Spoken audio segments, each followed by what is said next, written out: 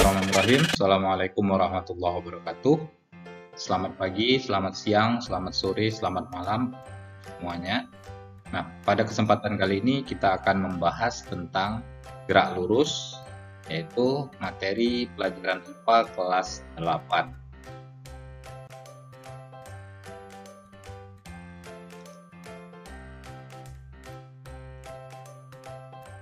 Gerak didefinisikan sebagai perubahan kedudukan suatu benda terhadap titik acuannya.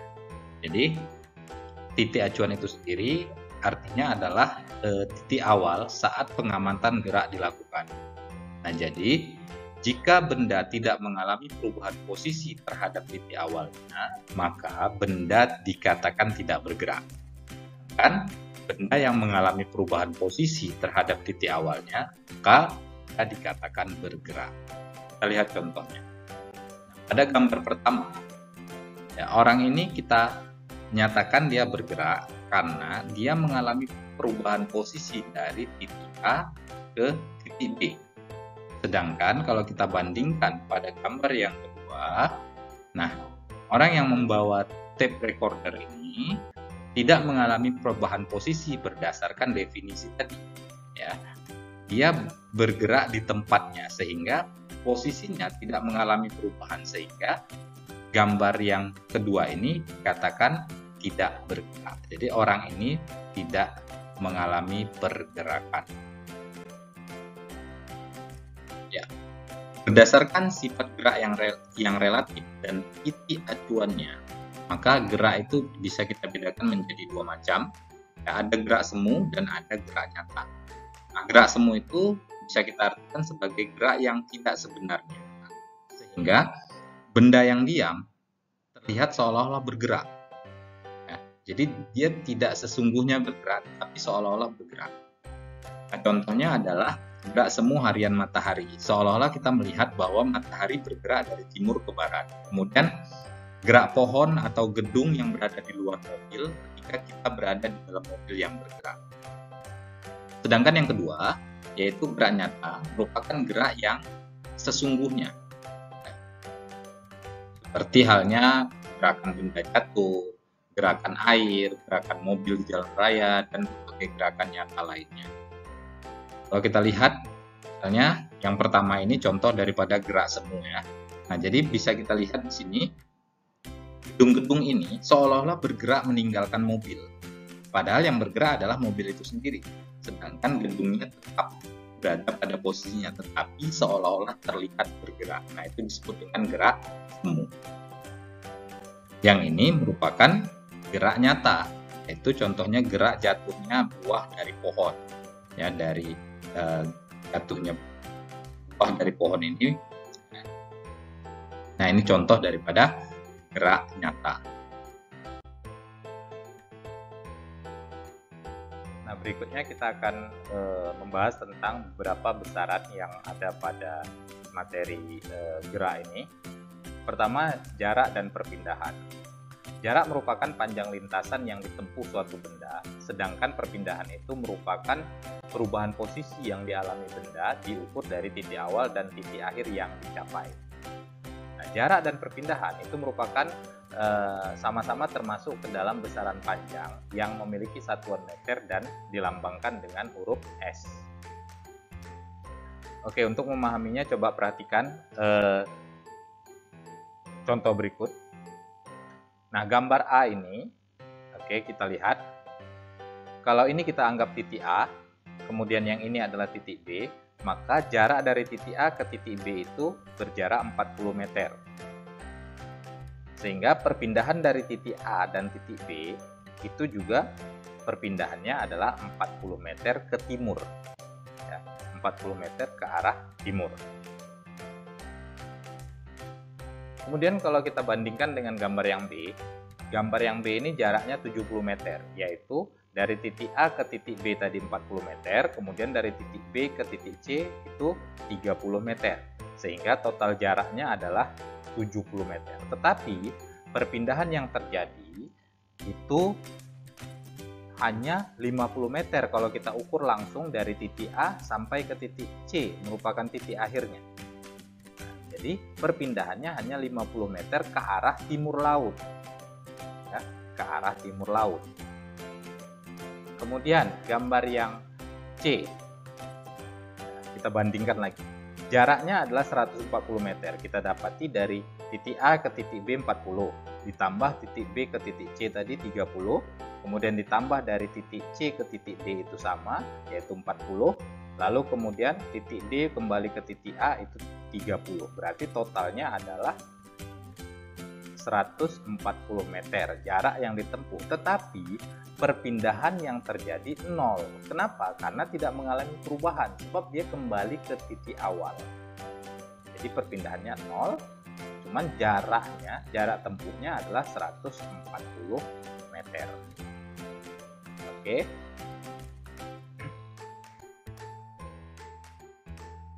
Kemudian kelajuan dan kecepatan. Jadi kelajuan merupakan perbandingan antara jarak yang ditempuh terhadap lama waktu yang diperlukan. Kelajuan itu tidak peduli terhadap arah atau kemana benda tersebut bergerak. Ya, kelajuan itu hanya memberikan nilainya saja, tidak peduli arah tujuannya. Sehingga kelajuan itu merupakan besaran skalar, ya, besaran yang bersifat skalar, yaitu besaran yang hanya menunjukkan nilai saja, tidak menghiraukan yang namanya arahnya. Sedangkan kecepatan itu merupakan perbandingan antara perpindahan benda tersebut terhadap waktu tempuhnya. Kecepatan merupakan kelajuan suatu benda pada arah tertentu. Nah, jadi kalau pada kecepatan arahnya diperhitungkan, sehingga kecepatan ini termasuk ke dalam besaran vektor, ya, yaitu besaran yang memiliki nilai dan memiliki arah. Nah, jika kecepatan kita beri lambang V dengan satuan meter per sekon, perpindahan itu lambangnya S satuannya meter, dan waktu tempuh diberi lambang T dengan satuan sekon, maka rumusnya dapat kita tulis menjadi seperti ini. Jadi kelajuan itu adalah jarak tempuh dibagi waktu tempuh. Oke. Nah, kelajuan dilambangkan dengan V, maka V sama dengan S per T. S tadi jarak, T adalah waktu. Nah, kalau kita rubah untuk mencari jarak, maka kita gunakan rumus S sama dengan V dikali T. Begitu juga kalau kita mencari waktu, maka rumusnya menjadi T sama dengan S per V. Kemudian ada kelajuan rata-rata. Karena kita ketahui bersama bahwa laju suatu benda itu tidak mungkin tetap, pasti akan mengalami yang namanya perubahan. Jadi kelajuan rata-rata itu didefinisikan sebagai hasil bagi antara jarak total yang ditempuh benda dengan selang waktu total untuk menempuh perpindahan tersebut. Nah, secara matematis definisi ini dapat kita tuliskan dengan rumus sebagai berikut. Ya, di mana V rata-rata itu dilambangkan dengan huruf V, ada garis di atasnya, itu adalah jarak total dibagi dengan waktu total. Nah, jarak total itu adalah jarak pertama ditambah jarak kedua ditambah jarak ketiga dan seterusnya. Begitu juga dengan waktu total. Waktu total itu adalah waktu pertama ditambah waktu kedua ditambah waktu ketiga dan seterusnya. Oke. Untuk lebih memudahkannya kita coba lihat beberapa contoh soal berikut ya. Yang pertama, Wawan berangkat dari rumah menuju toko buku menggunakan sepeda motor dengan kelajuan tetap. Jarak rumah Wawan dengan toko itu sekitar 6 km ditempuh dengan waktu 20 menit. Yang ditanya adalah berapa besar kelajuan Wawan. Nah, dalam mengerjakan soal, kita harus tulis pertama yang diketahui terlebih dahulu. Nah, yang diketahui dari soal ini adalah jaraknya S 6 km. Nah, kita rubah dengan satuan meter menjadi 6000 meter. Lalu kemudian waktunya 20 menit. Kalau kita ganti dengan satuan sekon, maka waktunya adalah 1200 sekon. Nah, yang ditanya dari soal ini adalah V-nya, kelajuannya. Maka kita gunakan rumus V sama dengan S per T. Kalau kita masukkan nilainya berarti S adalah 6000 meter dibagi dengan T-nya 1200 sekon. Maka kelajuannya sebesar 5 meter per sekon. Berikutnya, ya, Mandra berlari dengan kelajuan 2 meter per sekon selama 15 menit. Berapakah jarak yang ditempuh Mandra? Nah, dalam soal ini yang ditanya adalah jarak. Maka kita tulis terlebih dahulu ya, yang diketahui apa. Pertama, kelajuannya berupa sebesar 2 meter per sekon, kemudian waktunya tadi 15 menit, kita rubah ke detik menjadi 900 detik. Yang ditanya adalah jarak, S. Maka kita gunakan rumus S sama dengan V dikali T. Kalau kita masukkan nilainya masing-masing, berarti S sama dengan 2 meter per sekon dikali 900 sekon. Maka nilainya adalah 1800 meter. Jadi jarak yang ditempuh Mandra itu sebesar 1800 meter. Kemudian soal yang ketiga, sebuah mobil melaju di jalan tol yang lurus selama 15 menit pertama, mobil menempuh jarak 15 km. Jadi 15 menit pertama jarak tempuhnya 15 km. Kemudian 30 menit berikutnya menempuh jarak 45 km dan 15 menit terakhir dia menempuh jarak 20 km. Yang ditanya adalah kelajuan rata-rata dari mobil tersebut. Maka kalau kita uraikan yang diketahui dari soal ini, S1-nya itu sebesar 15 km, S2-nya 45 km, S3-nya 20 km. Kemudian waktunya tadi, waktu pertama tadi adalah 15 menit, kemudian waktu yang kedua 30 menit, dan waktu yang ketiga adalah 15 menit. Sehingga dapat kita jawab menggunakan rumus V rata-rata itu sama dengan S total dibagi waktu total, T total ya. Nah, kalau kita masukkan masing-masing nilainya, berarti S total itu adalah 15 km ditambah 45 km ditambah 20 km dibagi dengan waktu totalnya 15 menit ditambah 30 menit ditambah 15 menit. Sehingga dapatlah hasilnya berupa kelajuan total itu, kelajuan rata-ratanya adalah 80 km per 60 menit. Nah, ini masih satuannya belum baku ya, kita rubah menit itu menjadi jam. 60 menit sama dengan 1 jam, sehingga kelajuan rata-ratanya adalah 80 km per 1 jam, atau dapat ditulis dengan 80 km per jam. Jadi laju rata-rata mobil itu di jalan tol tadi sebesar 80 km per jam. Nah, kemudian kita masuk ke pokok bahasan berikutnya, yaitu tentang gerak lurus. Jadi gerak lurus itu adalah gerak suatu benda yang lintasannya merupakan garis lurus. Ada dua macam ya gerak lurus, ada yang berubah, ada yang beraturan, dan ada yang berubah beraturan. Yang pertama kita bahas terlebih dahulu, yaitu gerak lurus beraturan atau GLB. Nah, ini merupakan gerak suatu benda yang lintasannya berupa garis lurus dengan kelajuannya tetap. Ya. Nah, kalau seandainya suatu benda yang melakukan gerak lurus beraturan itu kita selidiki dengan pewaktu ketik atau ticker timer, maka kita akan memperoleh selang waktu yang sama. Ya, dalam selang waktu yang sama, benda akan menempuh jarak yang sama. Kita lihat. Nah, titik-titik ini adalah waktunya. Oke, kita lihat. Setiap satuan waktu di sini, jarak yang ditempuhnya sama. Jadi antara satu titik dengan titik berikutnya jaraknya sama. Nah, ini menunjukkan bahwa jarak yang ditempuh sama setiap selang waktu tertentu, tidak mengalami perubahan. Ya, maka dia termasuk gerak lurus beraturan. Nah, kalau jaraknya kecil, maka itu mengindikasikan kecepatannya kecil. Kalau jarak antara titik itu sedang, ya, tidak terlalu rapat, tidak terlalu renggang, maka kecepatannya juga sedang. Dan kalau semakin jauh jarak antara satu titik dengan titik yang lain, itu menunjukkan kecepatannya tinggi. Kemudian yang kedua tadi adalah gerak lurus berubah beraturan atau GLBB. Nah, GLBB itu merupakan gerak suatu benda yang lintasannya berupa garis lurus dengan kelajuan yang mengalami perubahan yang sama setiap waktu tertentu. Atau bisa kita definisikan kelajuannya itu berubah secara teratur. Nah, GLBB yang kelajuannya bertambah setiap saat itu disebut dengan GLBB dipercepat. Sedangkan GLBB yang kelajuannya berkurang setiap saat itu disebut GLBB diperlambat.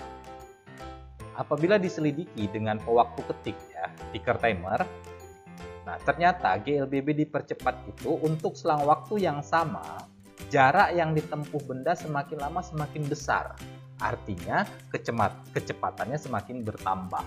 Sedangkan sebaliknya untuk GLBB diperlambat. Artinya dengan selang waktu yang sama, jarak yang ditempuh benda itu semakin lama semakin kecil atau semakin dekat. Nah, itu kalau GLBB diperlambat. Kita lihat hasilnya di sini ya. Ini menggunakan ticker timer. Jadi kalau jarak antara titik semakin lama semakin besar, semakin jauh, semakin renggang. Nah, ini merupakan perubahan kecepatan yang bernilai positif, artinya bertambah kecepatannya. Nah, ini disebut dengan GLBB dipercepat. Sebaliknya, kalau antara titik yang satu dengan titik yang lainnya semakin lama jaraknya semakin kecil, nah itu menunjukkan bahwa kecepatannya semakin lama semakin berkurang. Nah, ini yang disebut dengan GLBB diperlambat. Oke ya. Nah, kemudian gerak lurus berubah beraturan itu menimbulkan yang namanya percepatan, artinya perubahan kecepatan yang terjadi dalam waktu tertentu. Ya, dalam hal ini percepatan itu dapat kita tulis secara matematis dengan rumus A sama dengan delta V per delta T. Delta itu artinya perubahan. Jadi delta V itu didapat dari V2, kecepatan kedua dikurang dengan kecepatan pertama. Sedangkan delta T itu adalah perubahan waktu. Ya, T2 dikurang T1. Nah, keterangannya bisa Ananda pahami ya dari tulisan ini. Jadi tanda ini disebut dengan delta yang artinya perubahan. Oke. Nah, percepatan itu dapat bernilai positif dan negatif. Kalau dia bernilai positif apabila benda bergerak dipercepat. Jadi kecepatannya bertambah atau percepatan searah dengan kecepatan. Sedangkan percepatan yang bernilai negatif jika benda yang bergerak diperlambat atau kecepatannya menurun. Ya. Nah, bisa juga diartikan percepatannya berlawanan arah dengan kecepatannya. Nah, untuk memudahkannya, kita lihat contoh soal berikut. Misalnya ini, sebuah mobil melaju dengan kecepatan awal yaitu 2 meter per sekon. Setelah mobil melaju 10 sekon, kecepatan mobil tersebut bertambah menjadi 4 meter per sekon. Berapa percepatan yang dimiliki oleh mobil tersebut? Oke, kita lihat ya. Yang diketahui dari soal itu adalah pertama V1-nya, kecepatan awalnya adalah 2 meter per sekon. Sedangkan kecepatan akhirnya itu 4 meter per sekon. Kemudian waktu awalnya 0 ya. Karena tidak ada waktu di sini. Jadi dianggap 0. Kemudian T2 ya, setelah 10 sekon, maka T2-nya adalah 10 sekon. Yang ditanya adalah A. Sehingga kalau kita gunakan rumus ini, A sama dengan delta V per delta T, maka delta V itu bisa kita dapatkan dari V2 dikurang V1, yaitu 4 meter per sekon dikurang 2 meter per sekon per T2 dikurang T1. T2-nya tadi 10 sekon, T1-nya 0. Maka nilainya adalah 2 meter per sekon per 10 sekon. Sehingga percepatan yang dialami mobil ini adalah 0,2 meter per sekon pangkat 2. Oke. Baik. Agar lebih memahami materi yang barusan Bapak jelaskan, nah silahkan latihan yang berikut dikerjakan di buku latihannya agar semakin menambah pemahaman Ananda sekalian. Ada 5 soal yang Bapak berikan, mudah-mudahan dapat diselesaikan dengan baik. Oke, itu saja mungkin penjelasan kali ini. Terima kasih atas perhatiannya. Billahi taufiq wal hidayah. Assalamualaikum warahmatullahi wabarakatuh.